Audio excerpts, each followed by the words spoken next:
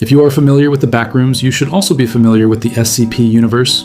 If you only know one or the other, here is the simple explanation. The Backrooms are an endless place outside normal reality, where people can accidentally no-clip out of the real world and become trapped inside endless rooms, levels, and strange environments that do not follow normal rules. The SCP Foundation is a secret organization, created to find, study, and contain objects, creatures, locations, and events that break the laws of reality to protect humanity. The SCP Foundation was created sometime between 2000 and 2004 and reached its highest level of technology around 2012, developing advanced ways to study and contain anomalies. The Async Research Institute was created in 1982 as a medical research company focused on improving MRI technology. However, their research later changed when they began Project KV-31, a project designed to discover if humans could access another dimension. This research eventually led to the discovery of the Backrooms through their experiments with dimensional travel. Now that you have a basic understanding of both the Backrooms and the SCP universe, we can move on to SCP-184, also known as the Architect. SCP-184 is an anomalous object that appears to be a small metallic device capable of changing and expanding the space around it. When placed inside a structure, it slowly begins altering the area by creating new rooms, hallways, and hidden spaces that should not physically exist. The longer it remains active, the larger and more complex the structure becomes, almost as if it is constantly building and redesigning reality itself. But now the question comes, where did SCP-184 come from? The true origin of SCP-184 is unknown, even to the SCP Foundation. What is known is that it has the ability to change physical spaces, creating impossible rooms and expanding structures beyond what should be possible.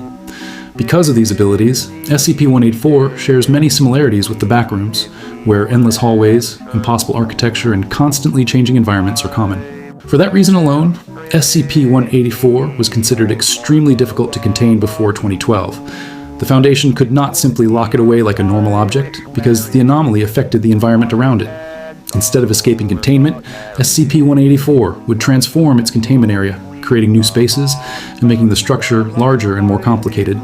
Every attempt to control it created more problems as reality itself continued changing around the object. But if SCP-184 existed before the actual SCP Foundation was officially created, as its records suggest, then we may have found the most logical explanation for the origin of the Backrooms. SCP-184 has the exact abilities needed to create such a place. Endless expansion, impossible architecture, and the ability to create spaces that should not exist. If SCP-184 was active long before the Foundation discovered it, then the Backrooms may not simply be another dimension discovered by accident. They may be the result of SCP-184 slowly expanding and rewriting reality over time, creating the endless maze humanity would later discover. SCP-184 is the Backrooms before it was discovered, based on the similarities between its abilities and the way the Backrooms function. However, there is one important detail. Async Research Institute's work with the Backrooms does not continue beyond the year 2000. This lines up closely with the estimated creation period of the SCP Foundation, meaning there was a period where the anomaly existed without proper containment. Because the Backrooms were left completely unchecked, SCP-184 would have been operating in its natural state, constantly expanding and changing its environment. Instead of being contained, studied, or limited, it was free to create. The more it interacted with reality, the more it attempted to recreate places, objects, and even the people who entered it. However, an imperfect memory of reality would create imperfect copies, causing the Backrooms to become more distorted, dangerous, and impossible over time. SCP-184 would not simply be another anomaly discovered by the Foundation. It would be the first anomaly ever encountered by mankind. The Foundation's numbering would only exist because they discovered it after other anomalies had already been cataloged. The true beginning of anomalous research would have started with Async Research Institute, discovering the Architect before the Foundation ever existed. For simplicity, from this point forward, SCP-184 will be referred to as the Architect. This name better represents what it does, creating, expanding, and rebuilding reality into something new, even if the result becomes something completely different from the original. Before continuing, it is important to understand that what comes next may reveal the possible ending of the Backroom story, even though this event has not been fully shown yet. The Architect is eventually discovered deep within the Backrooms, after members of the Async Research Institute reach what they believe to be the center of the dimension. However, this is not the beginning or the end of the Backrooms, because the Backrooms has no true starting point and no final destination. It is an endless reality that exists beyond normal space, and Async's discovery leads them directly to the source of the anomaly itself. After Async finds the architect's location, they realize the Backrooms has become too unstable. The dimension is leaking into our own reality, creating more and more accidental entrances or no-clip events than humanity can safely handle. Because of this, Async changes their objective from exploration to containment. They must remove the architect and shut down access to the Backrooms before it spreads any further. When Async removes the architect from the Backrooms, the entire dimension begins collapsing. Without the force that created and maintained it, the Backrooms slowly begin to disappear, with sections of the reality ceasing to exist. However, this process comes at a massive cost. Explorers who remained inside are killed or lost as the dimension falls apart, either through collapsing areas, hidden traps, or encounters with the strange, still-life entities left behind within the dying Backrooms. At least one Async member, most likely the person carrying the architect, manages to escape back into our reality. However, the moment the architect exists outside of its own dimension, it begins affecting reality around it. Buildings, spaces, and physical laws start changing as the anomaly attempts to expand and recreate what it knows. Realizing that keeping it in our world would create a disaster far worse than the Backrooms itself, Async makes one final decision: return the architect to its own dimension. Years later, after the Backrooms event is forgotten and Async's research becomes history, the architect is eventually rediscovered by the SCP Foundation. What they believe is a newly discovered anomaly is actually the same entity that created the impossible world humanity once called the Backrooms.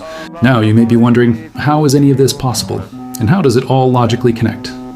Unfortunately for you, you are not supposed to have a complete answer. The nature of anomalies in the SCP universe is that they often break the rules of reality, time, and space itself. Trying to apply normal logic to something like the architect is exactly what makes these anomalies impossible to fully understand. This idea is supported by the fact that SCP anomalies regularly exist outside normal concepts of physics and reality. Dimensions can overlap, objects can exist without a clear origin, and some anomalies appear to rewrite the world around them.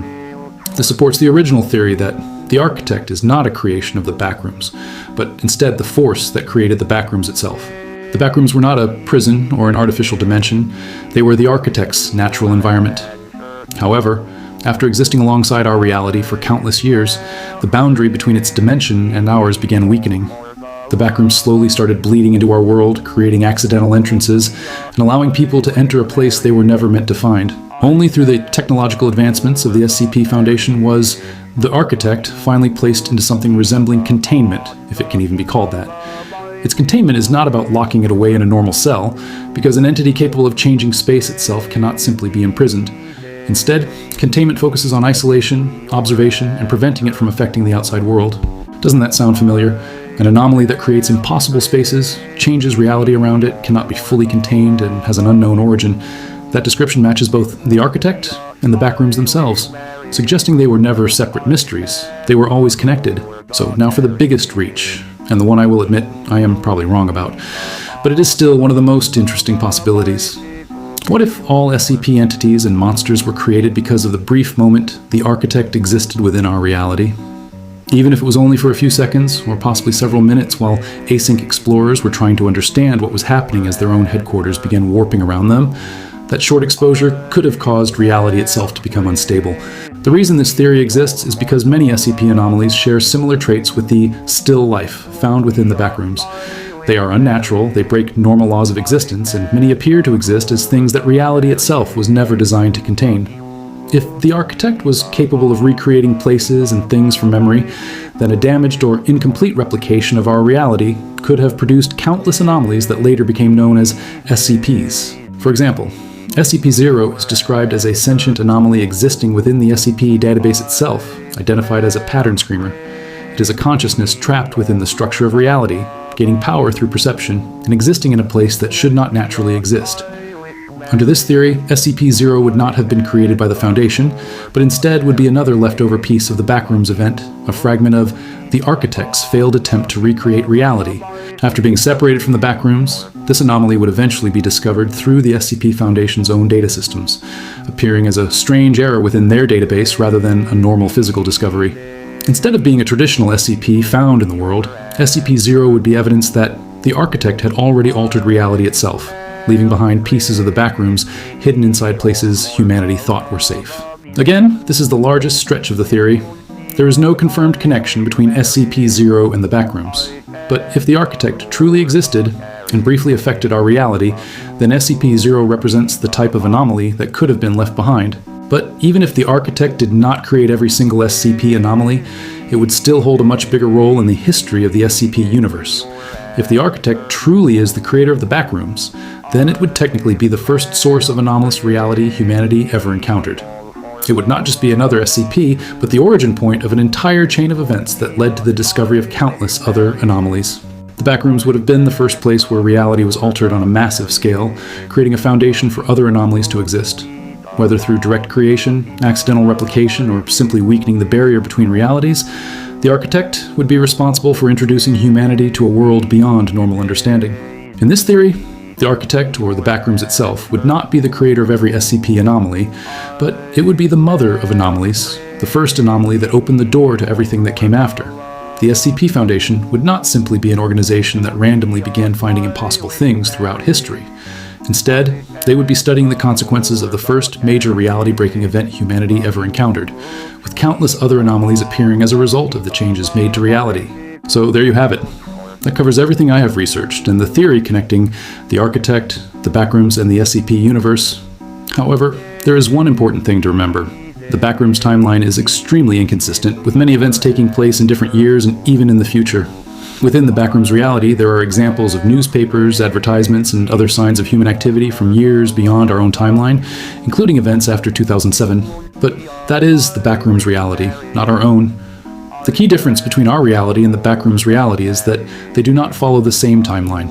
Time, space, and history inside the Backrooms do not operate the same way they do in our world. What appears to be the future, past, or present inside the Backrooms does not necessarily match the timeline of our reality.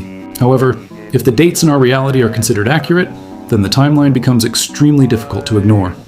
Async Research Institute's involvement with the Backrooms ends around 1999 or 2000, while the SCP Foundation begins somewhere between 2000 and 2004. The timing between these two events is far too close to dismiss, especially when both organizations are connected to the discovery, study, and containment of impossible realities, but the possibility remains. Async may have been the first to discover the impossible, and the SCP Foundation may have been the organization that eventually inherited the aftermath.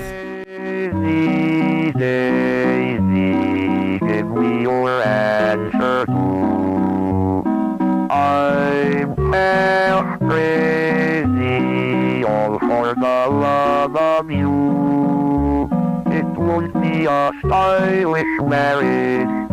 I can't afford a carriage, but you look sweet upon the seat of a bicycle built for two.